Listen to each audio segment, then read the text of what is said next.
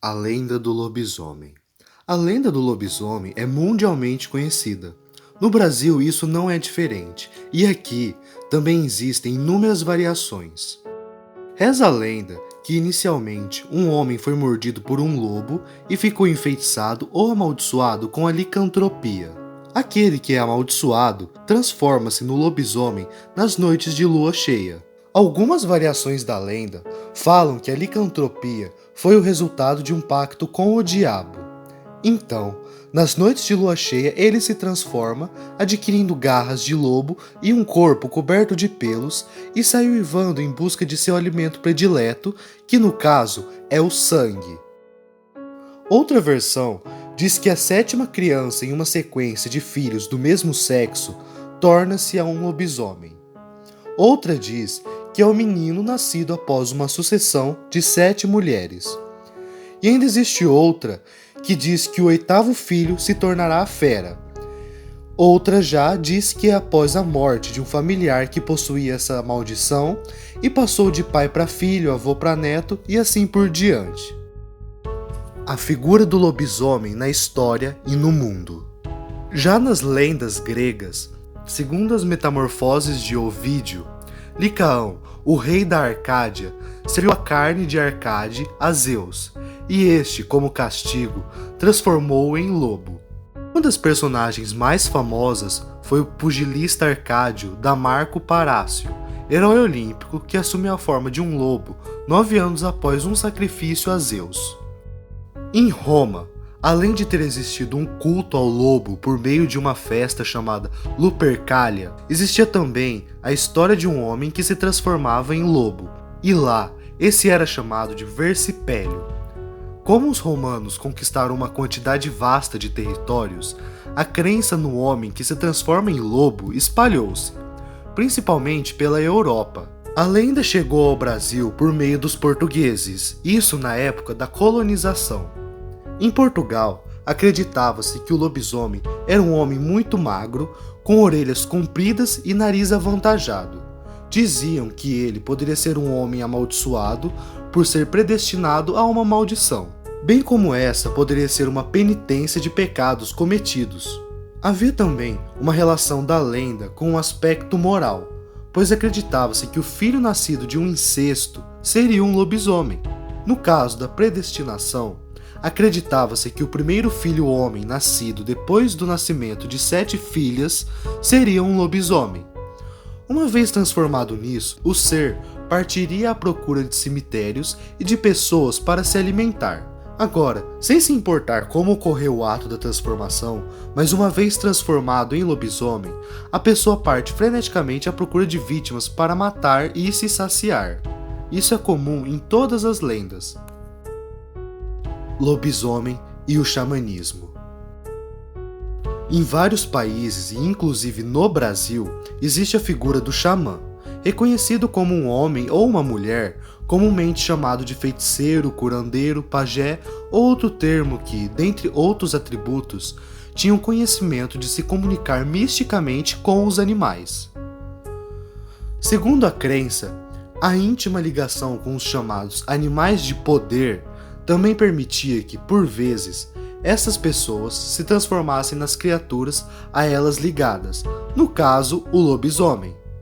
Relacionado ao xamanismo, mas não exclusivo dele, a metempsicose, por sua vez, é o termo usado para designar a passagem da alma de um corpo para o outro, seja esse corpo do mesmo tipo de ser vivo ou não. Acredita-se então que o xamanismo estaria envolvido na possível origem dessas criaturas sobrenaturais. Lobisomem na cultura nórdica. Dentre os povos escandinavos, acreditava-se que algumas pessoas, tanto homens e mulheres, eram Eigi e Nhamir, ou seja, não de uma só pele, o que indicava que eles poderiam ocupar os corpos de outros animais, geralmente ursos e lobos, ou até mesmo se transformar nesses seres. No primeiro caso, a alma do indivíduo abandonava o corpo, deixando-o em estado catatônico semelhante à morte, e então migrava para o corpo do outro animal, que era chamado de Hamir. Durante este processo, a consciência da pessoa permanecia intacta dentro do animal possuído, ao mesmo tempo em que ele conseguia desfrutar de todas as habilidades da criatura. Já no segundo caso, que também encontra exemplo na obra Saga dos Volsungos, redigida no século XIII na Islândia, um indivíduo vestia uma Ulfahamr, pele de lobo, e assumia a forma lupina, mas ainda conservava o controle de sua consciência humana. No século IX, dá a dimensão do medo sentido pelos ingleses das seguidas invasões pelos vikings, dentre os quais se destacava um grupo especial de homens chamados berserkers, a palavra cuja origem pode derivar tanto de berserk, camisa de urso, pela menção ao tipo de pele vestida pelos guerreiros, ou berserker, que significa sem camisa, em alusão ao fato desta classe de viking lutar de peito nu. O que os sobreviventes dos ataques vikings reportaram foi o ataque de guerreiros vestidos com peles de urso e lobos que se comportavam como se estivessem em frenesi, furor berserkus, ou seja, espumando pela boca, rugindo, grunhindo e uivando como as feras cujas peles eles vestiam. Diante do enorme impacto destes ataques sobre a psique das vítimas, a superstição popular pode ter gerado a narrativa a partir do comportamento e aparência do berserker que se assemelhavam à figura do lobisomem. Reforça essa possibilidade o fato de que as regiões litorâneas, geralmente atacadas pelos escandinavos e onde hoje se encontram França, Alemanha, Inglaterra, Itália, Portugal e Espanha, são justo aquelas nas quais, coincidência ou não, a lenda do lobisomem mais se desenvolveu. Como reconhecer um lobisomem?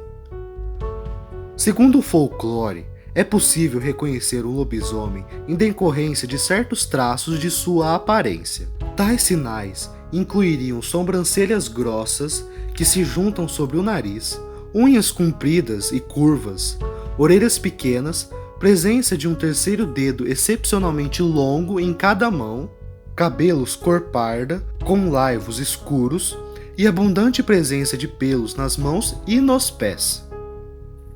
Durante o dia, o lobisomem esconde-se na sua condição de forma humana, mas se ele sofrer um ferimento enquanto lobo, o ferimento correspondente surgirá no seu corpo humano.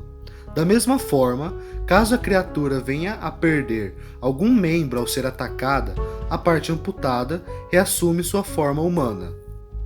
Como se defender de um lobisomem? A lenda fala que só tem uma forma de parar o lobisomem, que no caso é uma bala de prata no coração. Outras pessoas acreditam que qualquer objeto cortante, mas precisa ser feito de prata para matá-lo. Também é possível desencantá-lo causando-lhe um ferimento que verta sangue ou dando-lhe um tiro com bala untada em cera de vela que ardeu em 3 missas de domingo ou na missa do galo, na meia-noite do Natal. E também só para destacar algo que possa te desanimar ou não, mas esse negócio de lobisomem fraco à prata está ligado com o romance O Lobisomem de Paris, de 1933, de Guy Endore.